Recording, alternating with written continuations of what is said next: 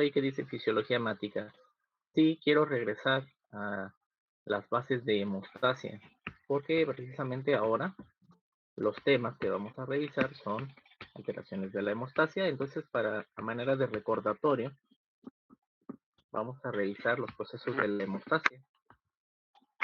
Pero antes de todo, me gustaría dar dos avisos.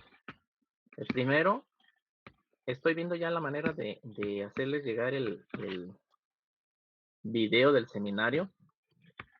Esta es mi tarea, no crean que no lo estoy considerando, si estoy viendo que puede hacerse. Y el número 2, vamos a continuar según dice la forma 2 con enfermedades o alteraciones del aparato respiratorio, fisiopatología. Pues vamos a agotar el tema de hemostasia hoy y mañana, viernes. El lunes pues es festivo, tengo entendido. Y bueno, continuaremos el martes con insuficiencia respiratoria. Ya no es un tema desconocido para nosotros. De hecho, en la acidosis respiratoria empezamos a ver insuficiencia respiratoria. Así que eso nos ayuda para empezar a revisarlo. Martes, miércoles, alguna revisión de insuficiencia respiratoria. Y bueno, prepararnos, hacer un pequeño repaso el jueves para el viernes hacer el examen o presentar el examen. Y bueno, empecemos con hemostasia. ¿Qué es la hemostasia?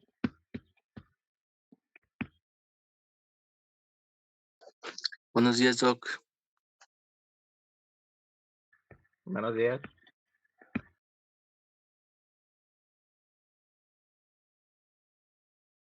Buenos días, Doc. Buenos días.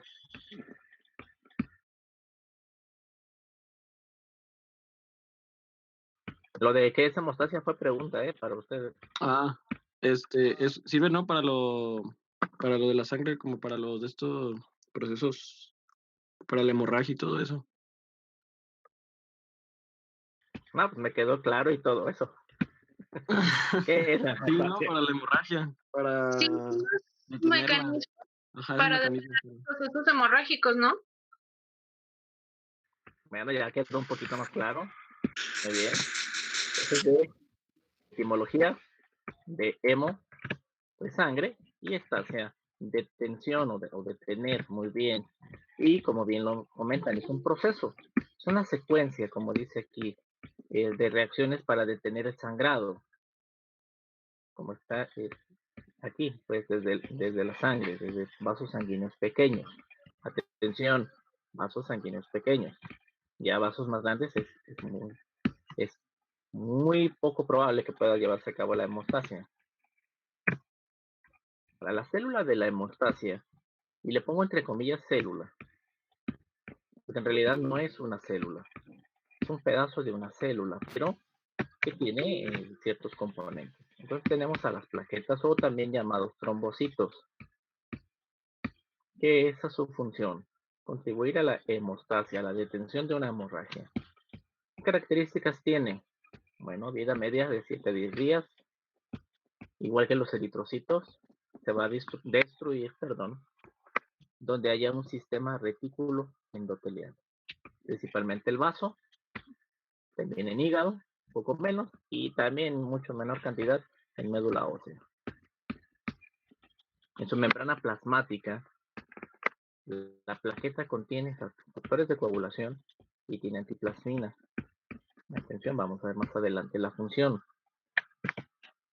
Bueno, ahora, añadiendo un poquito, las plaquetas contienen unos gránulos con serotonina, con ADP, con tromboxano y factores de crecimiento, y esto va a funcionar en procesos de lesión de tejidos.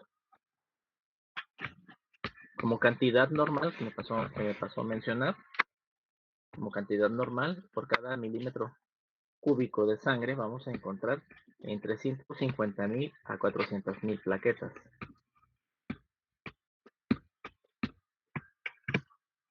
¿Y qué hay en el plasmalema? Dijimos, bueno, hay fosfolípidos, como ácido araquidónico, que ya habíamos hablado anteriormente, pues sirve para entre otras cosas, sintetiza prostaglandinas, pero también sintetiza tromboxano A2, que ya lo estamos hablando aquí en esta presentación. Tienen una glucoproteína llamada 2B diagonal 3A, que van a servir para unir a las plaquetas al fibrinógeno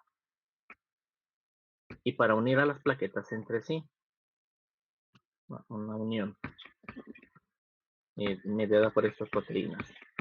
El citoplasma de las plaquetas tiene microtúbulos, tiene filamentos de actina y miosina y contiene mitocondrias que sintetizan ATP, energía, el ADP para hacer la coagulación y el tromboxano A2. Y los gránulos de las plaquetas que había comentado anteriormente, denominados alfa por la letra griega alfa, que aquí me la cambió al momento de pasarlo a PDF, y la letra griega zeta. Bueno, los que son gránulos alfa tienen selectina P, que es una proteína adhesiva para hacer más fuerte el trombo. Contiene factor de von Willebrand y factores 5 y 8. Y además tiene factores de crecimiento, fíjense bien, factor de crecimiento derivado de plaquetas. Como hay una lesión en el tejido, pues tiene que haber una reparación. Entonces estos factores de crecimiento inducen a las células del endotelio, a células de músculo liso, de ionocitos, y a los fibroblastos. Por otra parte, en los gránulos Z tiene ADP y ATP, ya está almacenado, ya está formado. Hay calcio ionizado que también participa en la coagulación. Tiene serotonina y tienen adrenalina. Y aquí tenemos una representación de la plaqueta. ¿Dónde está el receptor? La glucoproteína, no es un receptor, es una glucoproteína, ya dijimos, para hacer la unión. Ahí está, el glucoproteína 2B, 3A. Los gránulos beta, que son estos, y los gránulos alfa. Que aquí el libro le pone, en vez de la letra griega Z, le pone letra griega delta. Así como nos vamos a aprender bien los nombres. Y le están cambiando las letras. Pero bueno. Bien, ahora, ¿cómo se da la hemostasia? Y vamos a hablar de las condiciones normales, porque posteriormente quiero revisar las condiciones anormales, precisamente para poder pues avanzar en este entendimiento de alteraciones hemorrágicas se llaman, o alteraciones de coagulación. Bien. Entonces, normalmente el endotelio está fabricando una prostaciclina y un óxido nitroso que rechazan a las plaquetas. No deja que estas se atraigan unas con otras para que no se forme el trombo. Están rechazando normalmente. Y aquí en el esquema se presenta, pues está el endotelio, la capa subendotelial y el músculo liso, separado totalmente de las plaquetas.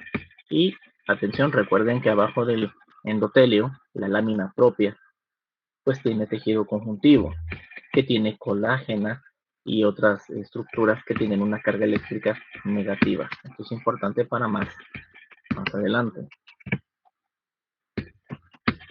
Luego también vamos a encontrarnos que las células endoteliales secretan enzima CD39. ¿Para qué se secreta esta enzima? Bueno, lo que hace es desintegrar el ADP, porque el ADP lo que hace es promover la agregación plaquetaria. Muy bien, todavía no hay daño al tejido. Estamos hablando de que el vaso sanguíneo está íntegro. Y aquí tenemos óxido nitroso, el PGI2 es la prostaciclina que habíamos comentado, y por lo tanto las plaquetas no están activas. Y aquí la enzima CD39 degradando ADP a AMP para que no haya la agregación plaquetaria. Y observemos la capa la membrana basal del endotelio, la lámina propia y el factor de von Willebrand separado de las plaquetas. Bueno, ahora, ¿qué ocurre cuando hay una lesión? Pues inmediatamente, lo primero que va a ocurrir inmediatamente, espasmo vascular. Hay una reacción de la célula muscular lisa del vaso sanguíneo y ocurre entonces la contracción, ese espasmo, inmediatamente, para reducir la cantidad de sangre que pueda seguir circulando. Y aquí tenemos representado aquí por este disminución de la luz, aquí lo vemos.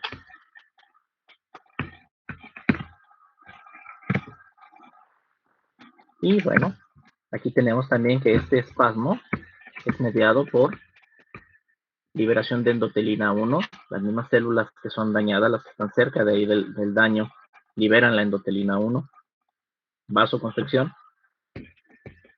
Hay una estimulación de nociceptores locales, los cuales vía sistema nervioso van a provocar la vasoconstricción.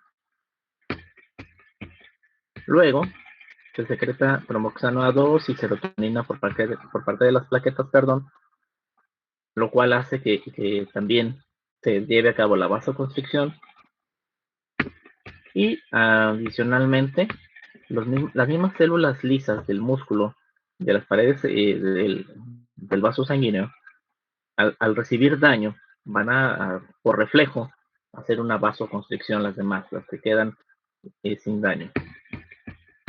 Y todo eso contribuye pues a la primera fase de la hemostasia, que es el espasmo vascular. Luego viene la etapa 2, que es la formación del tapón plaquetario. Y como esto es de fisiología, ¿qué sigue? ¿Alguien que recuerde?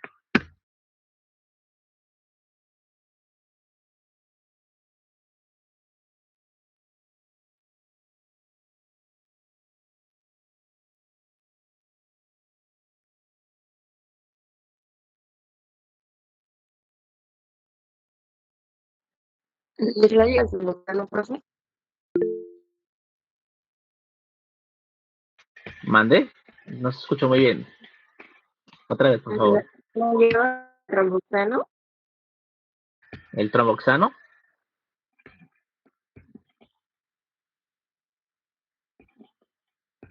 ¿Actual tromboxano me dijiste?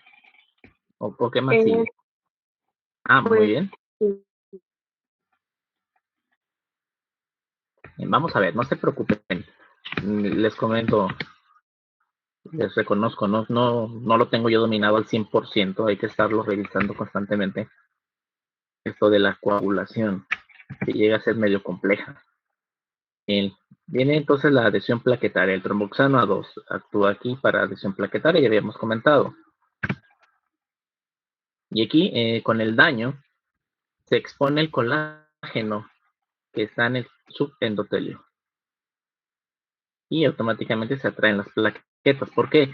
Porque el endotelio que ha sido dañado deja de producir óxido nitroso, deja de producir la enzima CD39 y por lo tanto y la prostatina también no es producida y esa parte queda, digamos, expuesta a la plaqueta, la cual se va a unir a la fibra de colágeno. Aquí lo tenemos. Aquí está el daño.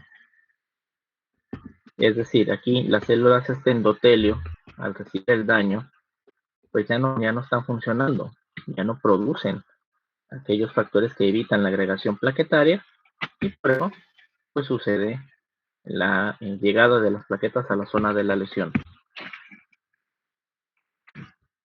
Luego la plaqueta va a liberar el contenido de sus gránulos.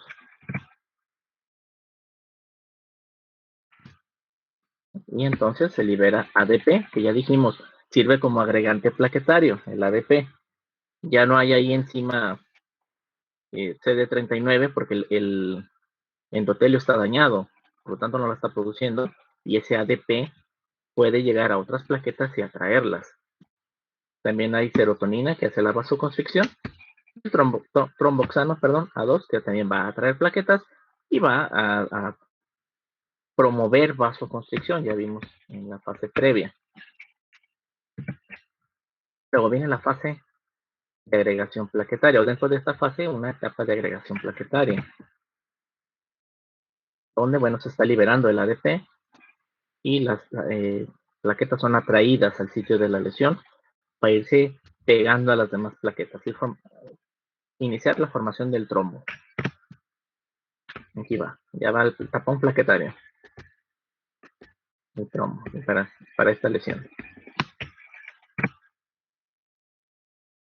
Y bueno, aquí nada más simplemente se acumulan, se acoplan las plaquetas y se forma el tapón. Ahora, atención, el tapón plaquetario va a funcionar si la lesión no es muy grande. Si ya es más grande, se necesita otra fase. O si ya de plano es muy grande, pues ya no funciona. Ya hemos comentado. Hay que hacer una hemostasia artificial. Luego hablamos de eso, de ir presionar pues sobre los vasos sanguíneos. Bien, aquí habíamos visto la lesión. Aquí el trombo pues logra detener el flujo de sangre y su salida hacia los tejidos. Luego viene una fase 3, la de coagulación, donde aquí hay una proteína secretada por el hígado, el fibrinógeno, que se va a transformar en fibrina, que va a darle su estructura a un coágulo. Y atención, aquí al ser reforzado por la fibrina, pues el tapón plaquetario se vuelve firme. Y allí está como en el tapón plaquetario se añadieron unas fibras de esa proteína que le hacen más sólido. Y vamos viendo entonces los pasos. Al principio, la lesión y hay espasmo vascular. 2, se forma el tapón de plaquetas. Aquí se empieza a formar. Aquí están las fibras de colágeno expuestas y las plaquetas llegan ahí para formar el tapón. Se liberan fosfolípidos de las plaquetas y del tejido dañado, lo cual, recuerden, dijimos, sirve para para formar algunas sustancias que participan en la coagulación. Y bueno, estos dos sustancias que reaccionan con el calcio y otros factores del plasma, bueno, pues nos llevan a la formación de activación o de activadores de protrombina, es decir, se inicia la conversión de fibrinógeno a fibrina. Y aquí tienen protrombina, se cambia a trombina, la cual actúa sobre el fibrinógeno y le vuelve fibrina. Y todo esto nos lleva entonces a la coagulación, que sería el paso 3. Aquí ya está el coágulo formado.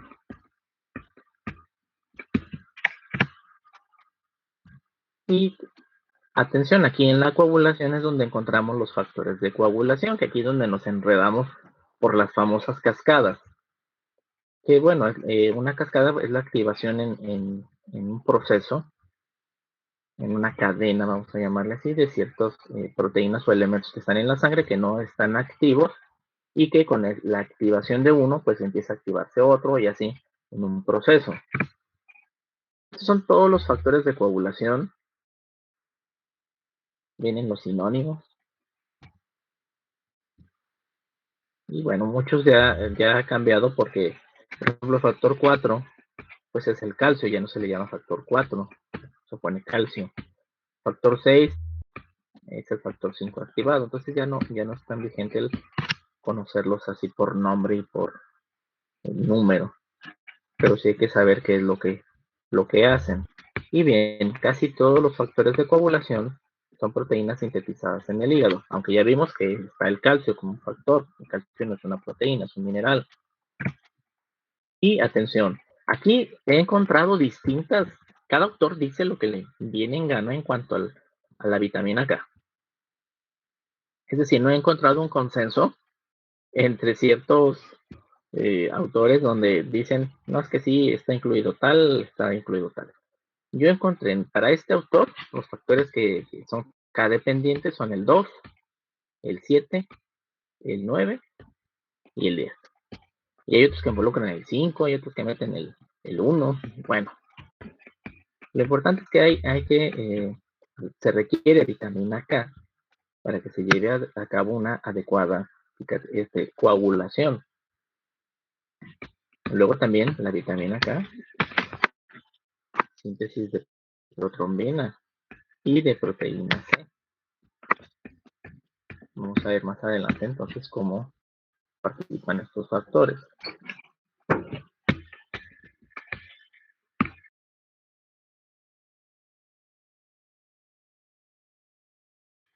Y comentábamos el calcio, un factor que no es proteína, es un mineral. Es necesario, fíjense bien, en todos, excepto los dos primeros pasos del proceso de coagulación. Esto es importante.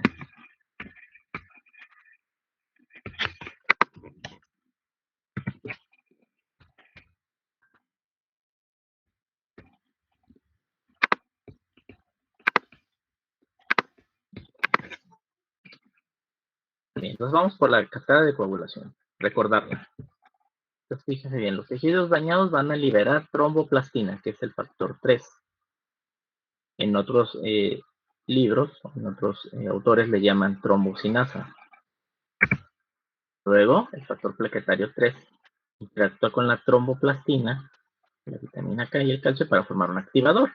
Bueno, y recordemos que este factor plaquetario 3 es un fosfolípido en la superficie de la membrana de las plaquetas. El activador convierte la protrombina en trombina, la enzima que va a llevar a cabo la conversión de fibrinógeno a fibrina. Aquí está. Y la fibrina pues va a formar una red de hebra para darle forma al trombo, darle estructura, firmeza. Y aquí tiene la etapa temprana. Es una microfotografía a la que le han añadido color. Tienen en blanco y negro, aquí nada más le ponen el color. Bueno, ahí lo tenemos. La distinción entre plaquetas y glóbulos rojos y cómo se añade la fibrina. La etapa intermedia, que también va atrapando eritrocitos para darle forma al coágulo y darle estructura firme. Y finalmente,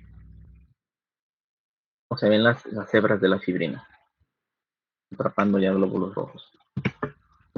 Bien. Y aquí vamos a tener entonces dos rutas de que se lleva a cabo la coagulación. Una es la vía intrínseca y otra es la extrínseca. Y atención, en las dos van a formar el activador protrombina. Ya vimos, para terminar en la síntesis, o mejor dicho, en la conversión de fibrinógeno a fibrina. Ahora, la vía intrínseca, atención, va a iniciarse cuando se expone el plasma a una superficie que tenga una carga negativa. Ya habíamos comentado, el colágeno y las proteínas en sí del tejido conjuntivo tienen carga negativa. Entonces, si hay una herida, se va a exponer la carga negativa hacia el plasma. Y allí inicia. Otra vía por la cual se inicia, nada más que no es una vía normal, o sea, fisiológica, es la exposición con el vidrio por parte del plasma. Pero, pues bueno, no tenemos vidrio nosotros en el organismo. Por eso no lo puse aquí.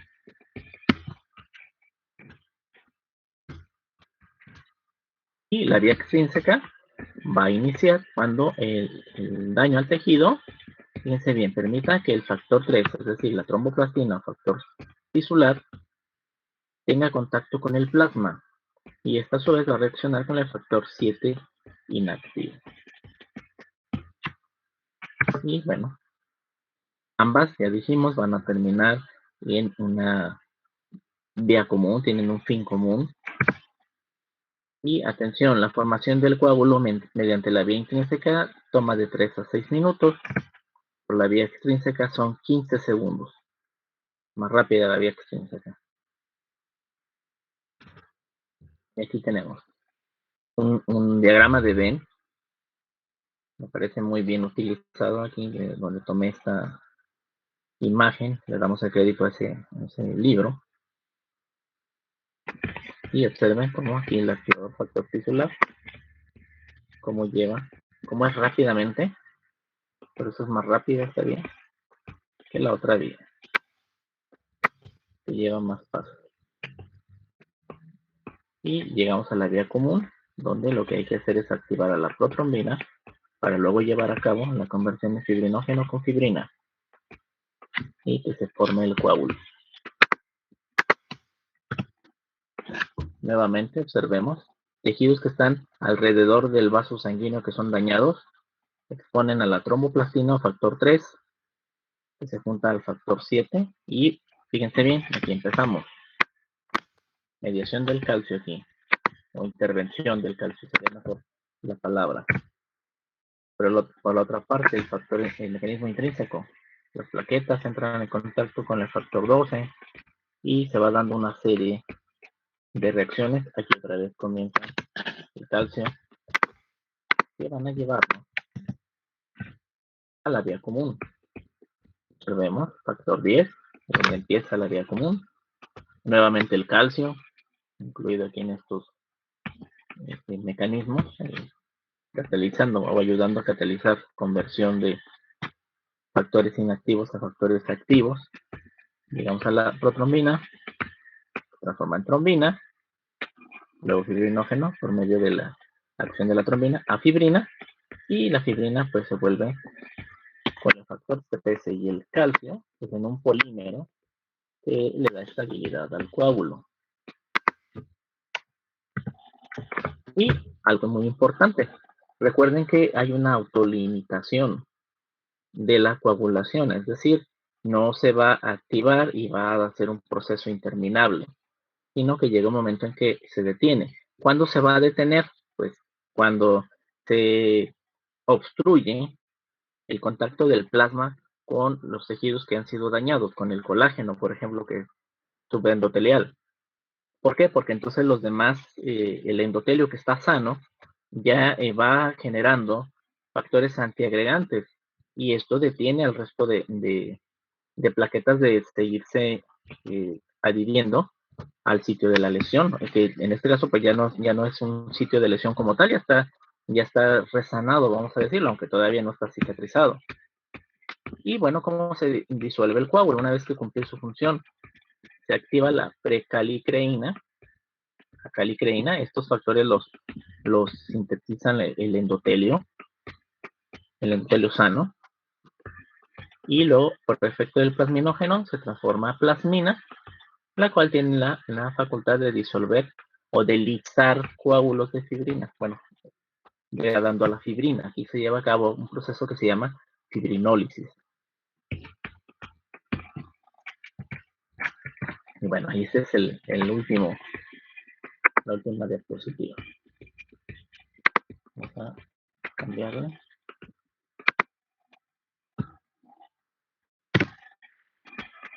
Insisto, sí es muy difícil aprenderse todos los pasos así rápidamente y con unas cuantas leídas. Hay que estarlo pues, leyendo constantemente. Entonces, ya viendo cómo se lleva a cabo, la hemostasia, vamos viendo qué cosas pueden alterar el proceso de hemostasia. Y llegamos a los trastornos hemorragíparos y también los trastornos de hipercoagulabilidad. Vamos con los estados de hipercoagulabilidad, donde su nombre nos lleva a pensar en que hay una coagulación que se lleva a cabo de manera exagerada, como dice la diapositiva. Aquí esto es un estado que se conoce como trombosis, es decir, una formación grande de trombos o muy exagerada de trombos. Ahora, se pueden formar trombos en arteria y se pueden formar trombos en vena. Cuando el trombo se forma en arteria, es porque dentro de este vaso sanguíneo ocurre una turbulencia. Puede ser que se formó un pliegue en el endotelio, alguna estenosis, alguna placa de ateroma se está formando, o bien en el compartimiento del endocardio, en las cavidades, el endocardio está siendo alterado, se forma una turbulencia. Bueno, ahí estos trombos se forman de plaqueta principalmente. Y por ese contenido se le llama trombos grises.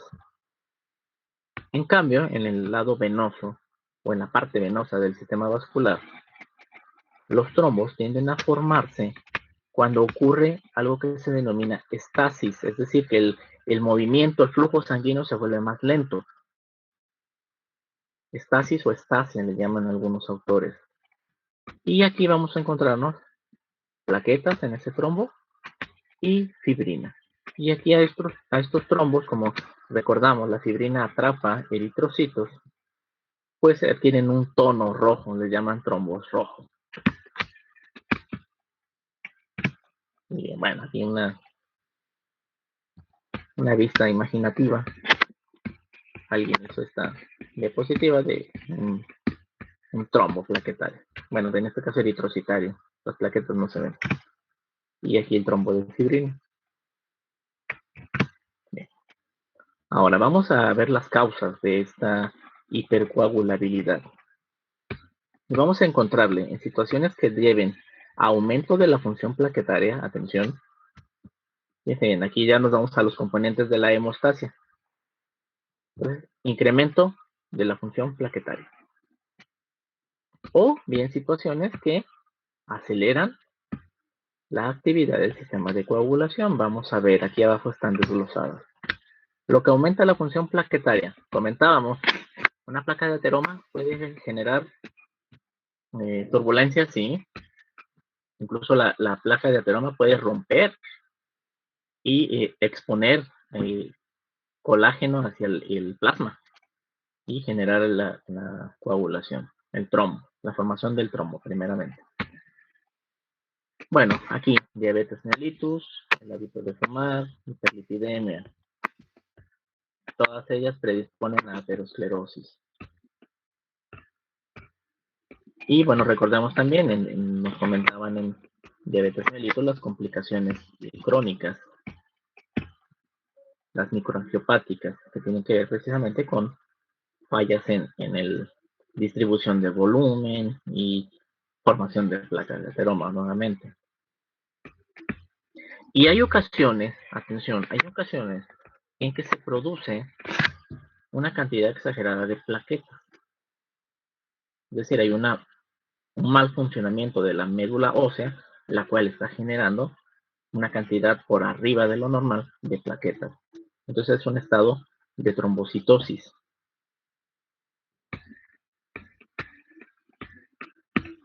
Por otra parte, puede acelerarse la actividad del sistema de coagulación en el caso del embarazo y el puerperio. Atención, aquí estamos hablando de una carga de estrógeno.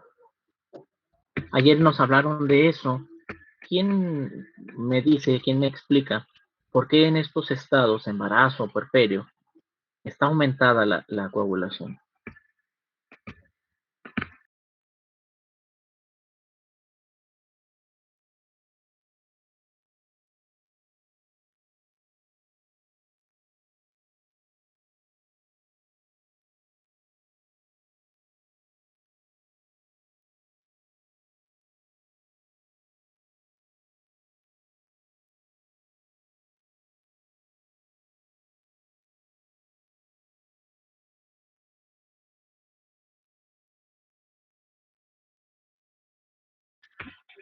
Gerardo, tú que expusiste, ¿qué se te viene a la mente? ¿Qué hipótesis pudieras generar para decir está acelerada la coagulación por esto?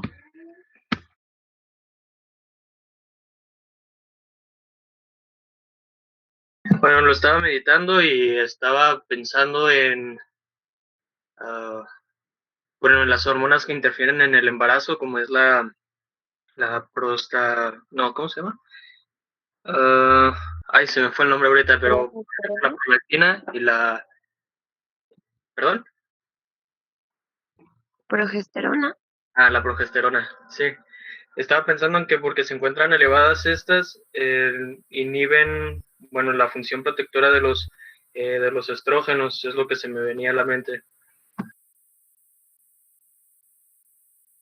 Bueno, sí, de hecho, se comenta, ¿no? El factor protector del estrógeno en cuanto a infarto de miocardio o eventos de cardiopatía isquémica. Sin embargo, aquí se está hablando, o sea, allá es su ausencia de cuando ya empiezan a disminuir, pero aquí están aumentados. ¿Qué es lo que pasa y por qué? Si nos vemos una causa, abajo de embarazo dice uso de anticonceptivos orales. ¿Por qué tendría que ver en activar el sistema de coagulación? ¿Cómo es que está Ligado a esto, ¿alguien más? ¿Qué se les ocurre de los estrógenos?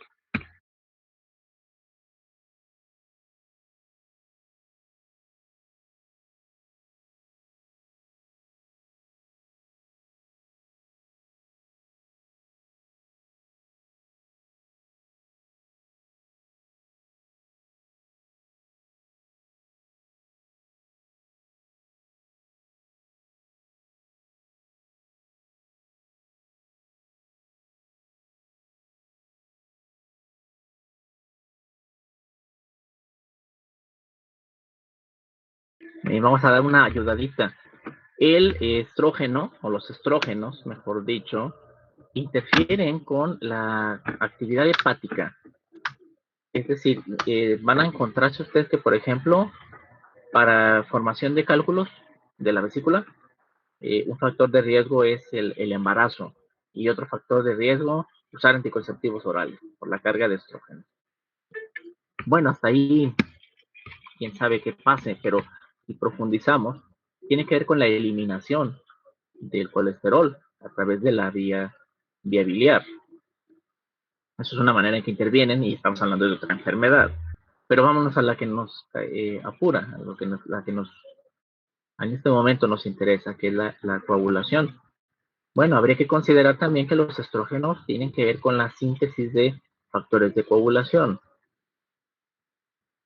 De manera que puede haber un incremento de factores procoagulantes respecto a los anticoagulantes y generarse entonces una activación más, digamos, más rápida o digamos más fácil. Ante cualquier estímulo mínimo se activaría. Y luego dice estado postquirúrgico. ¿Por qué? ¿Qué tiene que ver la cirugía? ¿Qué se les ocurre? ¿Que pierdan mucha sangre? Bueno, allí hay pérdida de sangre, pero la coagulación, ¿por qué se aceleraría? ¿Por qué estaría activa la coagulación? Por el constante derrochamiento de sangre. Como está habiendo heridas y está habiendo pues un desangrado, aunque sea leve, está tratando de evitar que salga la sangre, por lo que es necesario que empiece a soltar las plaquetas y por eso ponen todo eso. Bueno, sí está bien pensado, pero habría que considerar que entonces cualquier evento quirúrgico va a estar desarrollando trombos y no habría manera de evitarlo, porque entonces no se podría hacer la herida quirúrgica y la incisión a los tejidos. Vamos fijándonos en la cuarta causa que está aquí, abajo, por debajo de estado postquirúrgico. Dice inmovilidad. Expliquemos inmovilidad y nos regresamos al estado postquirúrgico. ¿Por qué inmovilidad? ¿Qué es inmovilidad?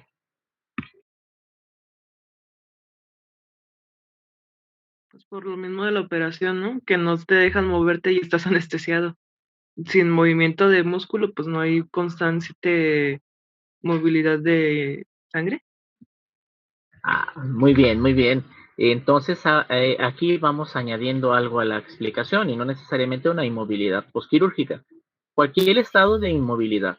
Es decir, que la persona, por fuerza, tiene que estar en reposo, en cama, y no puede moverse, ni siquiera allí mismo en la cama, girar, cambiar de posición. Esta inmovilidad lo que origina es que en las piernas la musculatura no hace su función de bomba para regresar la sangre a la cavidades derechas del corazón. Y la sangre se estanca, está en un estado de estasia o estasis venosa. Lo mismo personas sometidas a cirugía, van a estar en la plancha quirúrgica, en la mesa de operaciones, sin moverse. Entonces la sangre se va a estancar en las piernas y corre el riesgo el paciente de que se le forme un coágulo en piernas. Por eso es que se ordena poner el vendaje a los pacientes que van a ser sometidos a cirugía. Les vendan los pies, no sé si se han dado cuenta. Ya en el internado pues se darán cuenta, entonces si no lo han visto. Pero eso es lo que ocurre. Hay una estasis venosa. No hemos visto insuficiencia cardíaca congestiva, pero más o menos hemos hablado un poquito. ¿Cuál sería la explicación?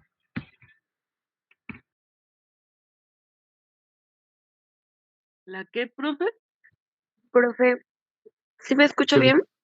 Sí, Pues más que nada sería como por ejemplo en las valvas que están ahí en las venas, que es donde se pues atorarían todos los, o sea, yo me lo imagino así, pero no sé si esté bien, o sea, que se atoran todos los eritrocitos y empezaría a hacerse lo que es como una formación, pero no de plaquetas, sino como de eritrocitos y luego ya sería una adhesión plaquetaria y ya se formaría el coágulo o el trombo, muy bien, o sea, en ese excelente, caso de perfecto. movilidad.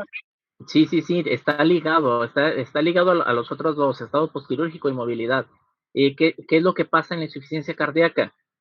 No puede, el lado derecho, las cavidades derechas, no pueden estar eyectando, bombeando todo lo que llega del retorno venoso, porque puede ser por un daño de las cavidades izquierdas o aún un daño sobre cavidades derechas.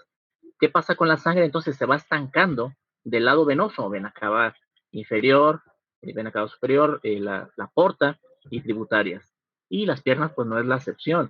Y entonces va a haber una carga de sangre en las venas que se va a agravar por la falta de movilidad. Porque es un paciente con insuficiencia cardíaca congestiva, pues le va a faltar el aire, pues entonces no se va a mover. Lo menos que pueda moverse para no tener esa sensación de disnea. Por lo tanto, puede generar que se acumulen, atención, se pueden acumular los factores de coagulación en piernas, lo mismo en inmovilidad o en el estado postquirúrgico.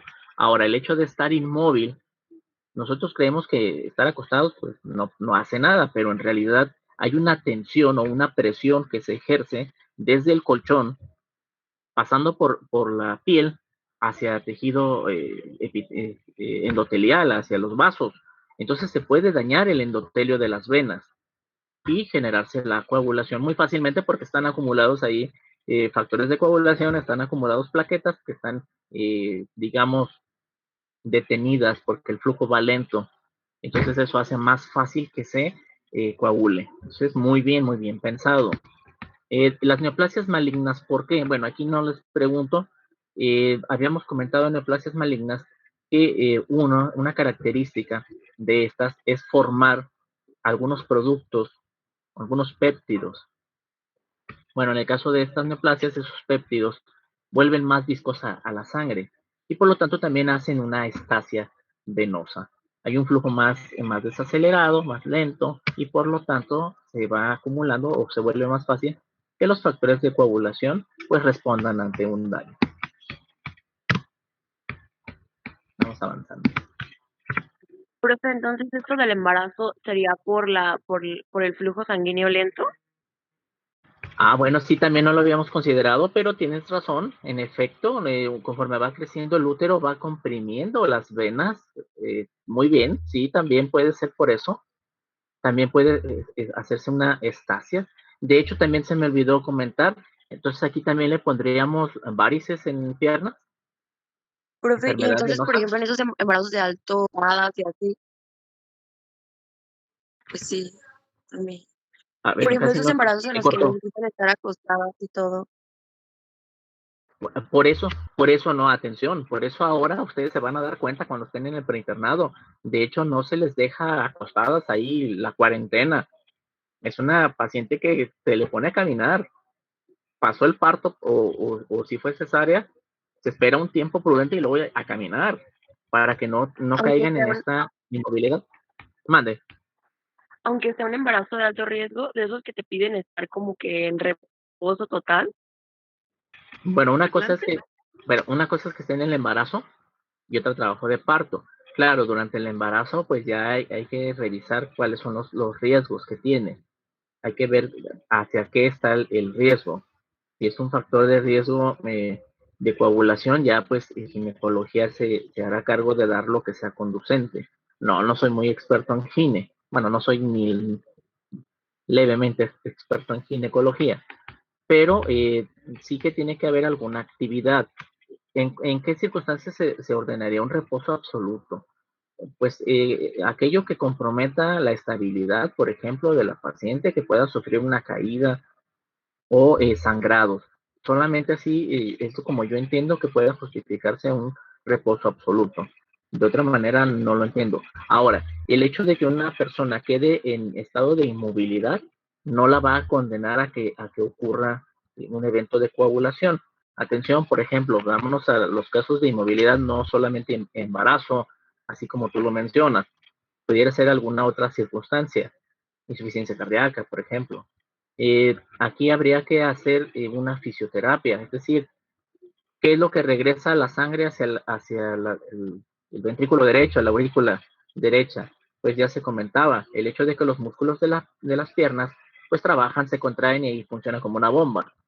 Pues entonces hay que hacer fisioterapia que involucre contracciones de los músculos que son de las piernas, aunque la persona no se levante. O sea, ahí hay varias maneras de evitar o de disminuir el riesgo de coagulación. En otros casos se puede utilizar fármacos. Por ejemplo, los pacientes con insuficiencia cardíaca se les puede dar ácido acetilsalicílico, una aspirina de niño, para evitar la agregación plaquetaria, cosa que no puede hacerse con una embarazada, porque no debe de consumir AINES después, en el último trimestre del embarazo, prohibidísimo, porque se cierra el conducto arterioso.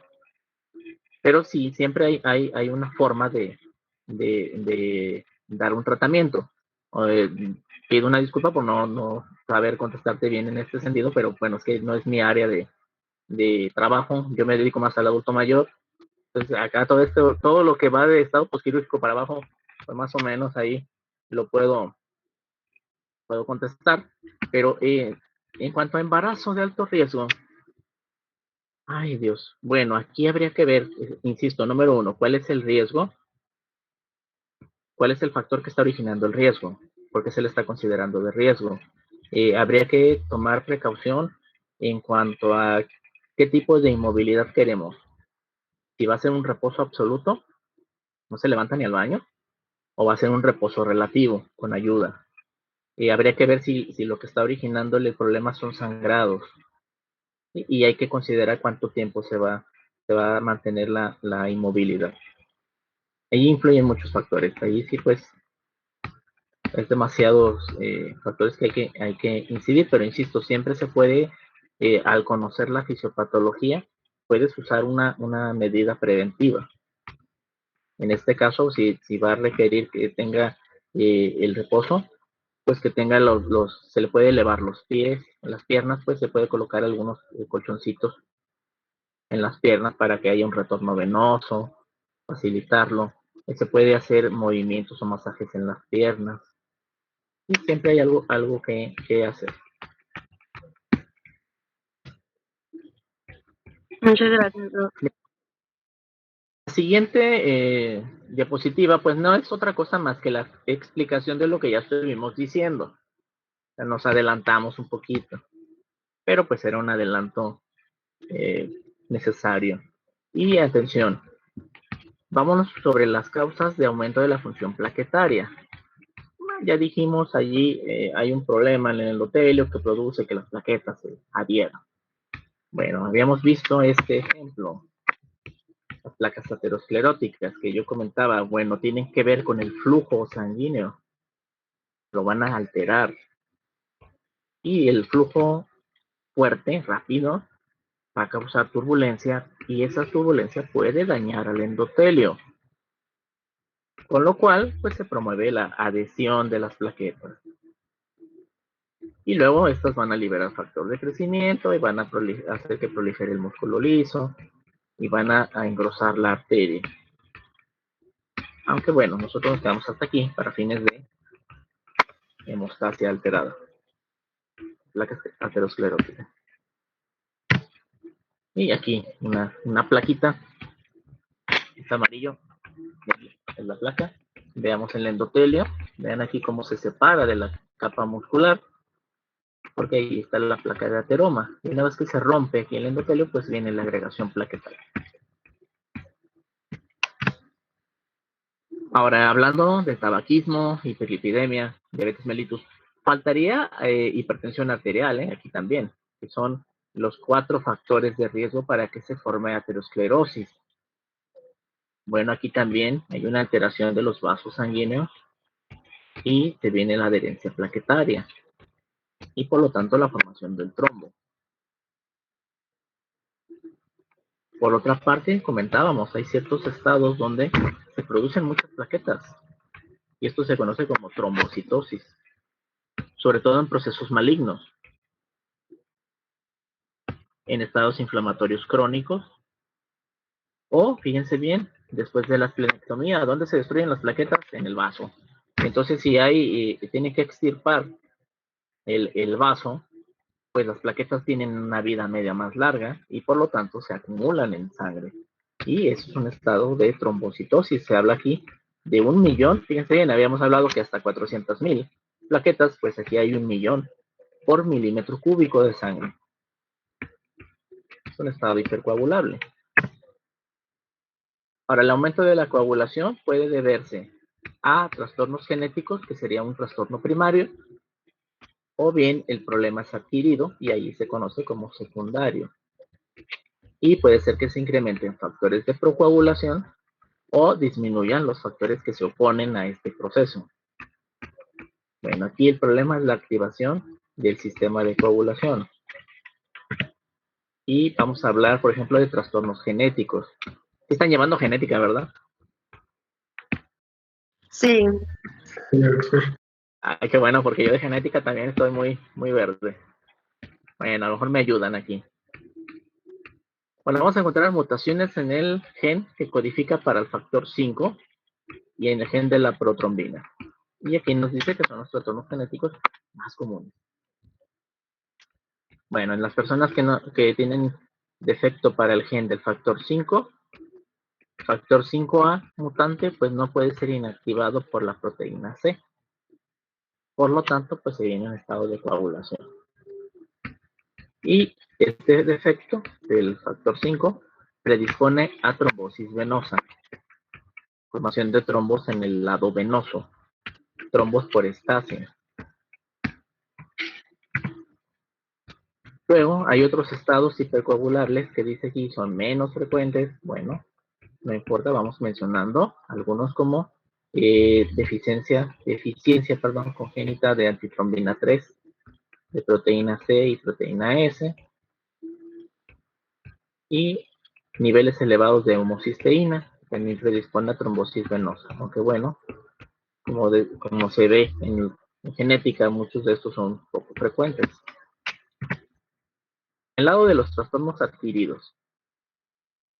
Ya hablábamos de el reposo prolongado en cama, por cualquier circunstancia, una inmovilización, en el caso del cáncer, o estados hiperestrogénicos, ya comentábamos, embarazo, o el consumir anticonceptivos orales. Bueno, ¿qué es lo que ocurre? Aquí nos dice que el tabaquismo y la obesidad promueven hipercoagulabilidad, y dice por razones desconocidas, esto es lo tomé del libro de Ford. Aunque yo insisto, bueno, se supone que tabaquismo y dislipidemias están muy ligadas a la formación de trombos, de ateromas, en arterias. Y por allí pudiera ser una causa de la hipercoagulabilidad. Ahora, si nos pasamos al seminario de diabetes mellitus, la doctora nos comentaba,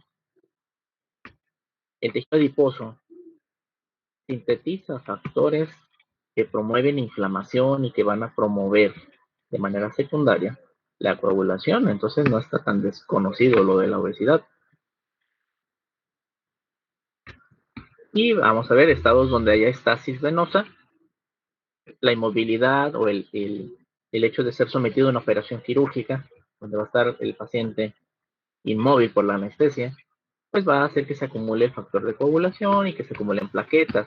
Y si hay daño endotelial, pues estas se activan. Es decir, hay un flujo lento que predispone a trombosis venosa. Otra vez, atención, es un estado que lleva a trombosis venosa. Lo mismo la insuficiencia cardíaca, ya lo comentábamos. Hay circunstancias en las cuales incrementa el número de glóbulos rojos. Por ejemplo, pacientes que fuman mucho, los que tienen EPOC, Como tienen hipoxemia, el riñón sintetiza eritropoyetina y se incrementa la cantidad de glóbulos rojos. O bien hay un proceso donde la médula ósea está sintetizando, fabricando eritrocitos, la policitemia vera. Bueno, la policitemia puede ocasionar hiperviscosidad y por lo tanto también causar un flujo lento que pueda llegar a generar estasia venosa y entonces desarrollar hipercoagulabilidad. Lo mismo pudiera pasar en casos de anemia de células falciformes, por ejemplo, que recuerden es un tipo de anemia hemolítica. Hay una síntesis defectuosa de hemoglobina y se acumulan los eritrocitos anómalos en los vasos y pueden ocasionar desde detención del flujo hasta una isquemia, precisamente porque hay una estasis venosa. La trombosis venosa profunda, que ya les decía, bueno, nos faltaba poner en las causas las varices o la enfermedad o la insuficiencia venosa periférica. Bueno, aquí tenemos la causa que, bueno, sí se había comentado, donde las válvulas de las venas de las piernas se vuelven insuficientes, no logran detener el flujo retrógrado, atención, el flujo retrógrado de la sangre. Desde abajo, los músculos deben de ir empujando la sangre hacia arriba, hacer el retorno venoso, y las válvulas se oponen al reflujo, al retorno, al regreso de esa sangre. O de pie, pues ocurre la trombosis. Otro esquema nada más para figurar eso, vean como flujo normal, la insuficiencia de la válvula y la formación del trombo. Y atención, el problema con estos trombos es que pueden liberar una parte de ese trombo y se forma lo que se conoce como un émbolo. Bueno, vamos a ver entonces ahora niveles elevados de estrógeno, ¿qué hacen? Bueno, les comentaba, tienen injerencia en el metabolismo hepático los estrógenos. Y aquí se dice, aumentan la síntesis de factores de coagulación y disminuyen, por ejemplo, la síntesis de antitrombina 3. Los factores de coagulación también aumentan durante el embarazo. Bueno, es un estado de estrógenos elevados.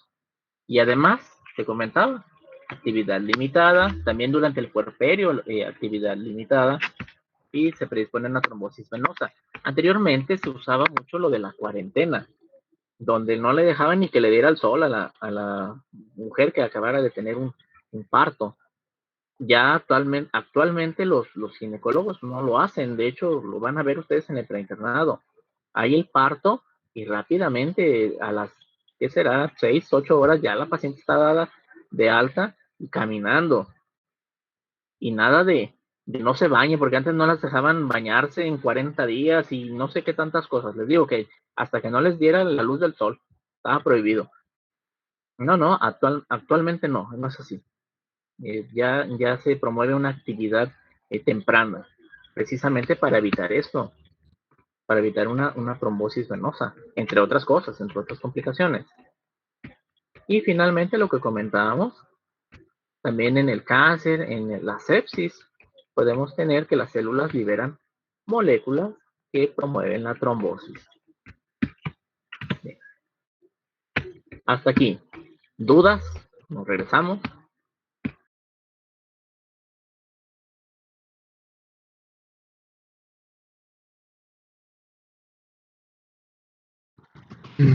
Todo bien, doctor. Bien, entonces recuerden, trastornos de hipercoagulabilidad asociado a problemas en plaquetas o alteraciones plaquetarias y a alteraciones de los sistemas de coagulación, una hiperactividad de ese sistema de coagulación. Bueno, ahora vamos a cambiar, vamos a dejar esa coagulación exagerada y nos vamos a ir al defecto de coagulación que permite que haya sangrado, es decir, trastornos hemorragíparos se llaman. Y atención, en este caso, la coagulación va a estar disminuida por problemas en plaquetas por problemas en factores de coagulación, y aquí añadimos un tercer factor, la integridad vascular. Vamos a ver ejemplos de cada una de estas. Primero, el defecto plaquetario. Atención, aquí podemos tener defecto plaquetario si se disminuye el número de plaquetas, y esto se denomina trombocitopenia. Habíamos dicho 150.000 a 400.000 son la cantidad de plaquetas por milímetro cúbico, o también mililitro de sangre, que aquí ya lo tengo en mililitros. Bueno, si baja esta cantidad a menos de 100.000, se habla de una trombocitopenia. Sin embargo, para que haya hemorragia, debe de bajar a menos de 20.000 plaquetas por mililitro.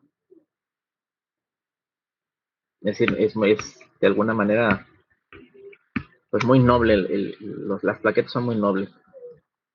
Hasta que disminuye su número importantemente, es como ocurre la hemorragia. Y bueno, una visión normal, un esquema nada más, y aquí plaquetas mínimas, ¿no? Trombocitopenia. En el caso de las trombocitopenias, el sangrado se va a manifestar en vasos de pequeño calibre. Y ya habíamos hablado de estas lesiones anteriormente, las petequias. Manchas en la piel que tienen aspecto como de un puntito, un puntilleo, y una coloración rojiza. O puede aparecer equimosis, que son los moretes, en brazos, muslos. Puede aparecer hemorragia de las mucosas, ¿de dónde? De nariz. En la boca, hablando de la encía, muy sensible, hay una gingivorragia. Gingiva es encía. Puede aparecer el sangrado en el tracto gastrointestinal y en mujeres por vía vaginal. Atención, no es que el sangrado venga nada más estrictamente de vagina, puede venir de útero, de un sangrado anormal por parte del útero, una hemorragia uterina. Y puede haber sangrado de vasos intracraneanos o intracraneales. Y atención, esto yo lo llegué a ver con niños con leucemia. Les ocurre que baja el número de plaquetas y hay un sangrado sobre todo en ventrículos cerebrales. Y esto les aumenta la presión intracraneal. Y pues esto es un peligro, como dice aquí.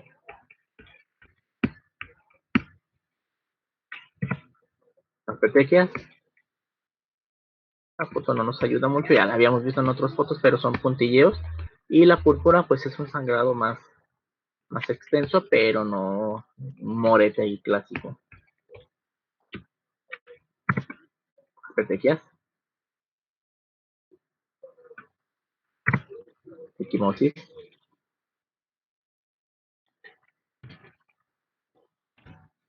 y la trombocitopenia puede deberse a, es decir, es secundaria, pues que disminuye la producción de plaquetas en la médula ósea. De hecho, veíamos anemia plástica. Bueno, las causas, vamos a trasladarlas para acá. Invasión de la médula por alguna otra sustancia o tipo celular, por ejemplo, las leucemias. Hablábamos también de uso de ciertas sustancias como radiación o pesticidas que puedan dañar a la médula ósea y por lo tanto no se producen plaquetas. O bien se secuestran muchas plaquetas por el vaso. Esto lo observaríamos en una esplenomegalia. Aumenta el volumen del vaso y por lo tanto le caben más plaquetas, pues bueno, ahí se atoran, ahí son secuestradas. ¿Sí? O bien, algo hace que las plaquetas no vivan sus 7 a 10 días que viven, sino que son destruidas. Y podemos tener aquí en este caso una destrucción mediada por el sistema inmune o inmunitario y alguna destrucción que no tenga que ver con el sistema inmunitario. Y aquí un dato curioso, transfusiones sanguíneas o de plasma pueden inducir trombocitopenia. ¿Por qué? Porque la sangre es conservada por más de 24 horas, no tiene plaquetas ya. Un dato a tomar en cuenta si necesitan hacer transfusión a sus pacientes. Y bueno, ya lo comentábamos, La disminución de las plaquetas, en la producción de plaquetas, perdón, ocurre en el caso de una anemia plástica, por ejemplo. En las leucemias, porque se reemplaza a la médula ósea, las células madres son reemplazadas por estas células malignas, pues no se forman las plaquetas. La médula ósea puede estar suprimida en cuanto a hacer su producción. En el caso aquí, un ejemplo, una infección por VIH. O bien, la médula ósea, ya lo comentábamos, radioterapia o fármacos inhiben su función. Y aquí lo de la esplenomegalia explicado, que normalmente se quedan entre 30 y 40% de plaquetas en el vaso, y que en caso de esplenomegalia, hasta 80% de estas plaquetas pueden quedar ahí secuestradas. Y por lo tanto no hay función correcta. Por otra parte, habíamos comentado mecanismos inmunitarios y no inmunitarios. Recuerden que cuando vimos reacciones de hipersensibilidad tipo 2, comentábamos que ciertos fármacos funcionan como un apteno. Y que este apteno, bueno, uniéndose a una proteína específica de alguna estructura, puede generar una respuesta inmunitaria. Pues también esto pasa con las plaquetas. Puede ser que un fármaco induzca la destrucción por parte de anticuerpos y disminuir la cantidad de plaquetas. O bien el propio sistema inmunitario dirige sus anticuerpos contra las glucoproteínas de la membrana plaquetaria. Ya veíamos el 2A, 3B. Por ejemplo, esa glucoproteína puede ser atacada. Puede haber destrucción de plaquetas en caso, por ejemplo, aquí, que no sea inmunitaria, que haya una lesión. Y, por ejemplo, pacientes que les colocan prótesis cardíacas. Hay unas prótesis que son metálicas y chocan el metalito. Pero en ese choque aplasta sangre, aplasta eritrocitos, plaquetas. Y pueden destruirse ahí las plaquetas. En el caso de la trombocitopenia inducida por fármacos, aquí tenemos algunos fármacos. La quinina, la quinidina y algunos fármacos que tienen sulfa. Y lo que les comentaba, solamente para reafirmarlo, el fármaco pues actúa como el apteno. Vamos a tener una disminución rápida de la cantidad de plaquetas, 2 a 3 días de tomar el tratamiento. Bueno, de reasumirlo, es decir, se interrumpe y lo vuelve a tomar y ocurre, o 7 días cuando se toma por primera vez un fármaco. La ventaja, se suspende el fármaco y se recupera la cantidad de plaquetas. Pues sí, ya no hay una destrucción de las plaquetas, ya se quitó digamos, el estímulo anormal. También aquí comentábamos la púrpura trombocitopénica idiopática es precisamente que sea atacada las glucoproteínas de la membrana plaquetaria. Este es un trastorno inmunitario. Y fíjense lo que nos dice, en la mitad de casos de púrpura trombocitopénica idiopática es un trastorno agudo en niños que sigue a infecciones virales. Y aquí vamos a encontrar que hay una presentación con petequias. Y es un trastorno autolimitado, sin tratamiento, en lo que pasa la cantidad de antígenos virales que están circulando. En cambio, en adultos, bueno, ahí tienen las petequias, la púrpura. En adultos, la púrpura trombocitopenia idiopática, pues es un trastorno. Aquí es crónico, no es croncio, crónico, pero no se encuentra el antecedente de infección.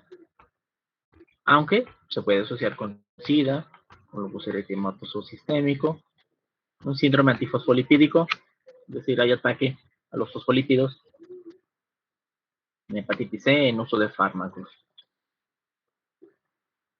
Un ejemplo de trastorno hemorragíparo. Aquí tenemos una gingivorragia, que es sangrado de encías. Puede ocurrir en diversas circunstancias, pero bueno, si encontramos ahí concomitancia de petequias y sangrados en otras zonas, pues hay que pensar el problema hemorragíparo. Otro ejemplo de gingivorragia. Esto se conoce como rinorragia o epistaxis, sangrado por la nariz. En el otro lado, quería ejemplificar una esplenomegalia, pero se distorsionó la imagen. Hay otro trastorno que se llama púrpura trombótica trombocitopénica, donde, bueno, aquí encontramos lo siguiente: combinación de trombocitopenia, hemólisis, que genera anemia, insuficiencia renal. Me supongo que la anemia hemolítica tiene que ver con la insuficiencia renal por cadenas de hemoglobina tapando los túbulos. Y bueno, nos habla de la fiebre y anormalidades neurológicas. Se habla de un comienzo abrupto, sobre todo en mujeres adultas. Y aquí puede haber oclusión vascular, de arteriola, de capilares, y esto pues dañaría ciertos órganos. Los eritrocitos se van a fragmentar conforme tienen vasos y van a ocluirlos. Por eso tenemos aquí el daño a órganos. Y bueno, vamos a tener la anemia hemolítica y ictericia. Vemos el sangrado, la púrpura en estos casos. Aquí hay púrpura, petequias, hemorragia vaginal, síntomas neurológicos que van desde dolor de cabeza, cefalea a convulsiones y alteraciones de conciencia. Otra manera en la que podemos deteriorar la función plaquetaria, más allá de la cuestión inmunitaria y el daño mecánico, es que algún fármaco impida la función. Y por ejemplo, aquí la aspirina, ya les comentaba, pues se puede usar aspirina para evitar coagulación, pero también el uso exagerado de la aspirina y de otros medicamentos que pertenecen al grupo de los antiinflamatorios no esteroideos, que aquí está abreviado como AINE, pues pueden inhibir la agregación plaquetaria porque tienen que ver con la inhibición de la ciclooxigenasa, la cual lleva a la formación de prostaglandinas y tromboxano A2. Y tromboxano A2 ya vimos que tiene que ver con la agregación plaquetaria. Bueno, esa es una manera en la cual se puede inhibir la función artificialmente, pero puede ocurrir esta inhibición durante la uremia, en insuficiencia renal. De hecho, veíamos anteriormente, por eso hay sangrado en los pacientes, hay una tendencia a sangrados en pacientes con insuficiencia renal. Circulación extracorpórea se refiere a cuando se utilizan aparatos para, por ejemplo, la hemodiálisis o aquellos que son sometidos a cirugía del corazón, que se les hace una derivación para que se mantenga la circulación sanguínea en lo que atienden el problema cardíaco. Y pues puede haber ahí, entonces, deterioro de la función plaquetaria. Bueno, eso es en cuanto a plaquetas. Ahora, ¿cómo se puede alterar la coagulación? Bueno, puede haber una síntesis defectuosa de factores de coagulación. O puede, bueno, aquí en el contexto, ¿ya? La síntesis defectuosa, aumento de consumo de factores de coagulación. Vamos a ver adelante.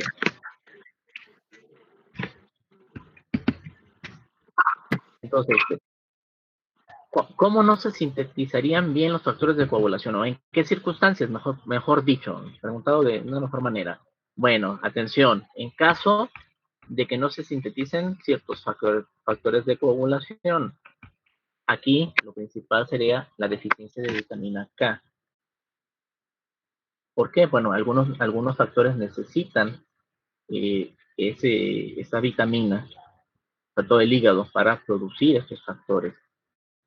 Y en casos de deficiencia, pues podemos encontrarnos con problemas de coagulación. A los niños, a los recién nacidos, se les aplica vitamina K.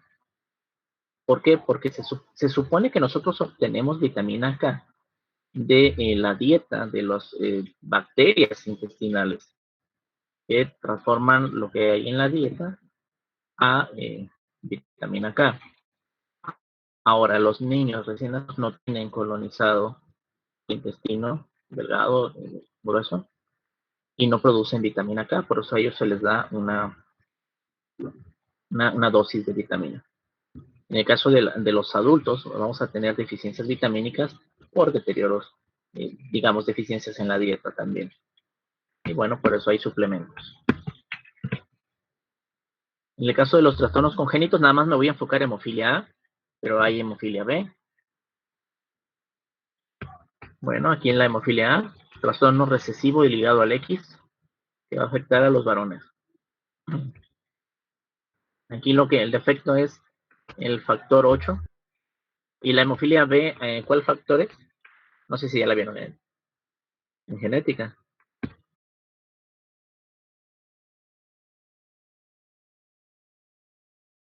No, profe, no lo vi.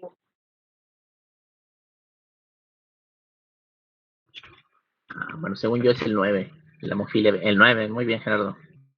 El 9, factor 9. Bueno, atención. Nos dice aquí que en las formas leves o moderadas, la hemorragia no se va a producir a menos que haya una lesión, un traumatismo.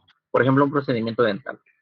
Sin embargo, en la forma grave, se puede producir, sobre todo en niños, vamos a tener hemorragia en tejidos blandos o manifiesta en tejidos blandos, en el tracto gastrointestinal. Fíjense bien, en articulaciones vamos a encontrar sangrado. Y aquí tenemos una representación, no encontré una imagen real o un esquema más realista, pero aquí tenemos un sangrado en la articulación. Esto se denomina hemartrosis. ¿Por qué les sangran las articulaciones a los niños con hemofilia tipo A? Bueno, nada más por caminar. Fíjense bien, nada más por caminar. Es decir, el esfuerzo rompe vasos sanguíneos y hay un sangrado hacia la cápsula, al interior de la cápsula articular. Es la hemartrosis. Y pues bueno, puede haber sangrados en otras zonas, como ya dijimos, tracto gastrointestinal o en ciertas zonas de tejidos blandos.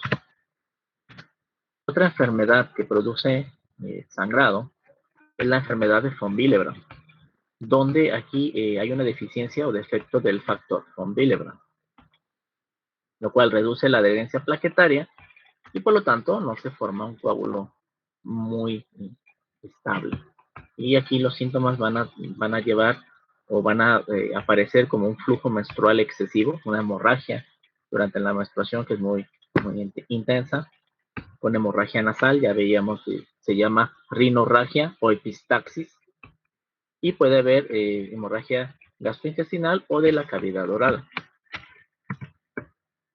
Y bueno, ya nos vamos acercando al final.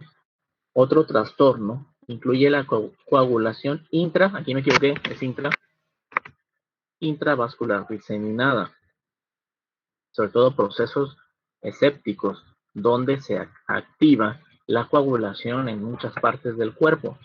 Y aquí esta enfermedad pues predispone a la formación de trombos. Y como se están produciendo trombos, pues vamos a tener oclusión de vasos y una isquemia tisular en consecuencia.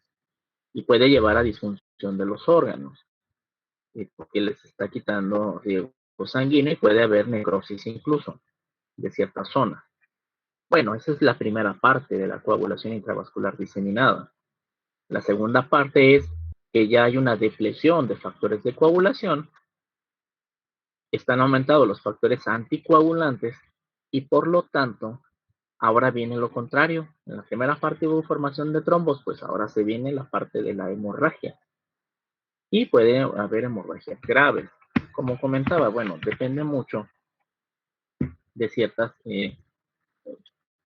estados, por ejemplo la sepsis, pero también ocurre en otras causas. Y por ejemplo, aquí se puede activar la vía extrínseca de la coagulación en caso de complicaciones obstétricas durante el trabajo de parto, por ejemplo, la atención del trabajo de parto, y generar un sangrado, bueno, primero una coagulación y luego un sangrado, en ciertos traumatismos extensos.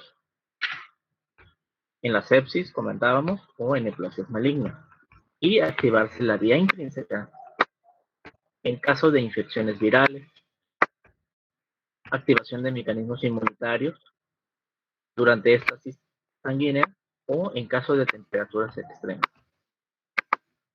Y ocurre la coagulación intravascular diseminada. La voy a corregir antes de subirla, porque es intravascular. Bien, y nos falta un mecanismo que no lo puse, pero me voy a regresar hacia la primera diapositiva. ¿En qué enfermedades se puede afectar la integridad vascular?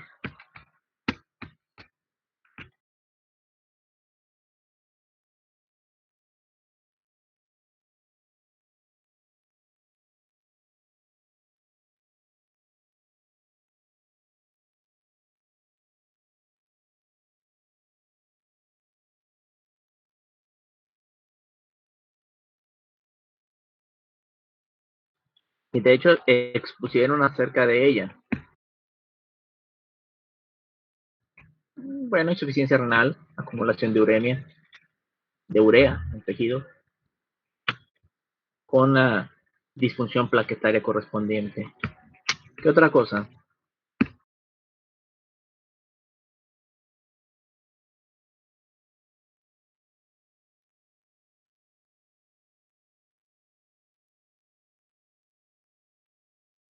Y en la diabetes mellitus y en otro, es otro que me pusieron, ¿hay hemorragia o hay coagulación?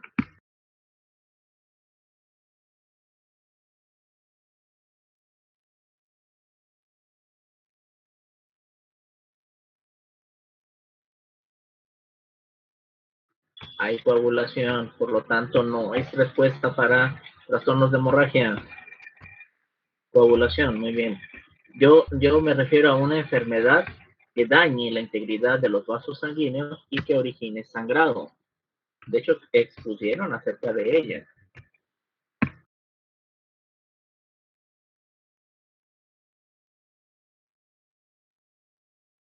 Para no darle vueltas, lo único que han expuesto son alteraciones endócrinas o de glándulas endócrinas. Concéntrense en una de ellas.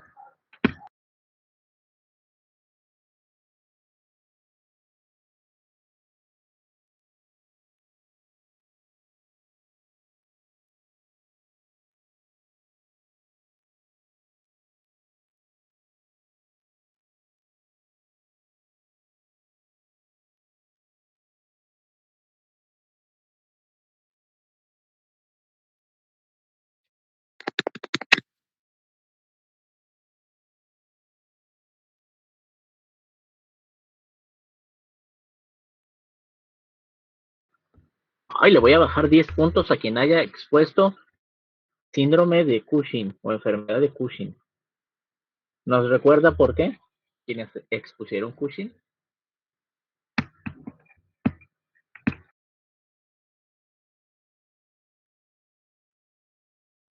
Y al resto del grupo le voy a bajar 20 puntos. Entonces, vayan preparando respuestas.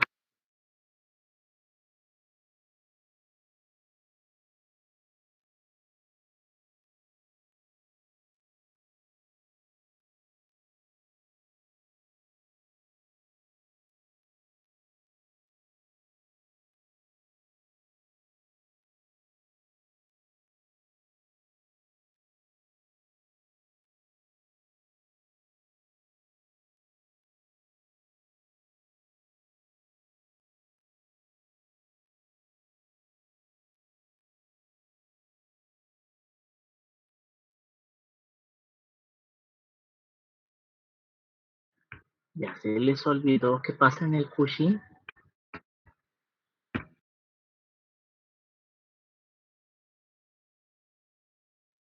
Juniper, no, ay, no se me fue, pero Había ruptura de las mm, de las estructuras vasculares, ¿no? Pero ¿por qué? ¿Qué induce el Cushing? ¿Qué es lo que pasa?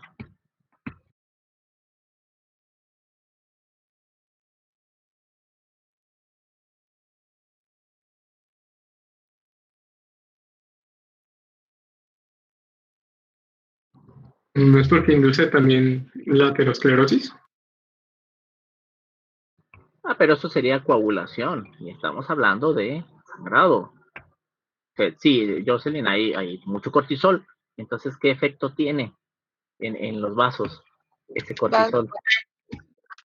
Doctor, ¿Perdón? ¿no era porque Adelante, adelante.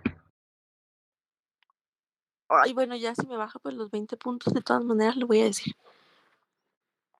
Muy bien. ¿No era porque liberaba óxido nítrico? Bueno, ese es vasodilatador. Pero ¿qué pasa en el Cushing? A ver, recordemos los efectos del cortisol. El efecto que tenía el cortisol, ¿no? Al haber Cushing hay aumento de cortisol, entonces en la cuestión tejido del vaso hay un aumento de sensibilidad y hay una vasoconstricción. Bueno, sí, en parte estoy de acuerdo. Eso generaría aumento de la tensión arterial, pero ¿por qué el sangrado? ¿Y cómo es que se daña la integridad vascular?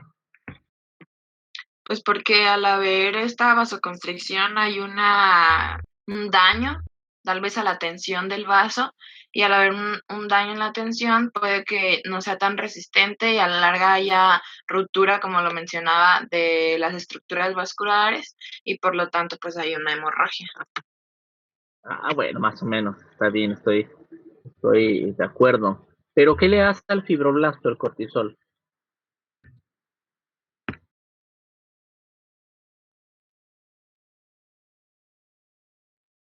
¿Lo disminuye?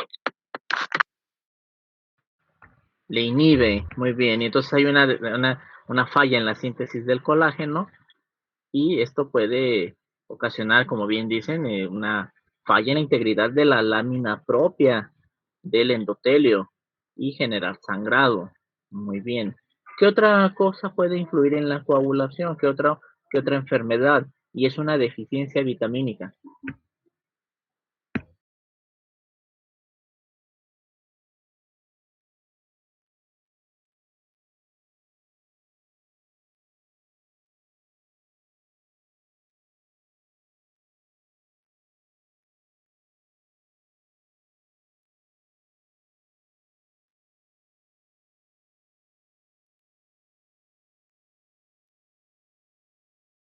¿Qué vitamina participa en la coagulación? Bueno, no en la coagulación, sino en la integridad vascular.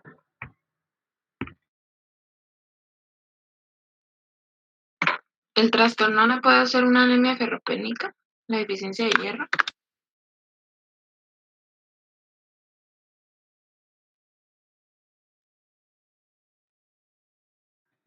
Pero hay una falla de oxigenación a los tejidos. Pudiera ser, ¿no? Pudiera ser, pero hay una vitamina que sirve para que se lleve a cabo la reparación de tejidos. ¿Cuál es? De hecho, permítanme poner una imagen. A ver si con esa puedo hacerles recordar algo que hayan visto. Aquí, esta. Vitamina C. Bien, perfecto. Muy bien, la vitamina C, las deficiencias de vitamina C pueden ocasionar sangrado por falta de integridad vascular. ¿Cuál es la explicación? ¿Para qué sirve la vitamina C?